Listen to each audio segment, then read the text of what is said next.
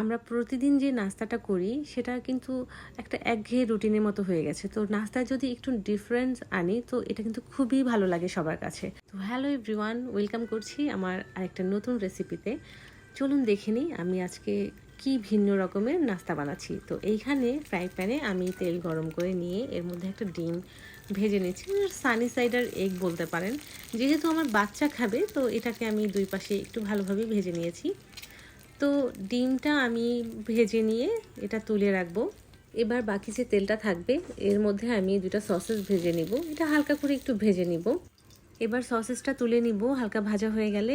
এইবার ফ্রাই প্যানে হালকা বাটার ব্রাশ করে আমি এর মধ্যে টমেটো দিয়ে দিচ্ছি। একটা টমেটো এখানে আমি তিনটা ভাগে ভাগ করে নিয়ে ভেজে নিব। সামান্য হচ্ছে একটু গোলমরিচ আর হচ্ছে লবণ দিয়ে নিলাম এবং উল্টে পাল্টে এটাকে ভেজে নিব। এটা একদম বেশি ভাজা যাবে না, মানে যাতে হচ্ছে দুই পাশে ভালোভাবে কুক হয় ঠিক ওইভাবে আমি ভেজে নিয়ে এবার টমেটোগুলোকেও তুলে নিব।